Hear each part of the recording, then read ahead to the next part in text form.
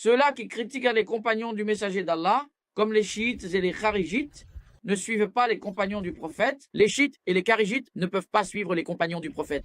Les chiites ne peuvent pas prétendre suivre les compagnons du prophète en disant que nous sommes soumis à Ali ainsi que ceux qui sont de son côté.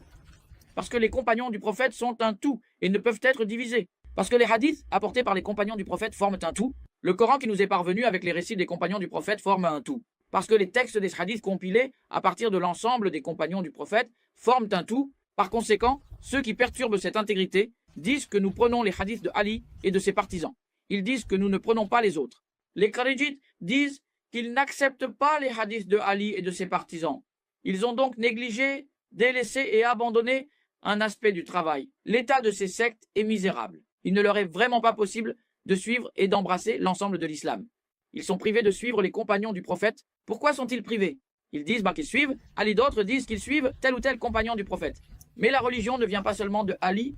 Les versets du Coran et les hadiths du messager d'Allah ne viennent pas seulement de Ali, ils venaient également des partisans de Ali et aussi de ceux qui s'opposaient à lui. Des récits sont également venus de ceux qui étaient dans des rangs différents entre eux. Ce sont tous des compagnons du prophète. Le messager d'Allah nous a ordonné de leur être soumis à tous et de les aimer tous. Ceux qui aiment mes compagnons les aiment parce qu'ils m'aiment. Ceux qui sont en colère contre eux le sont parce qu'ils me détestent.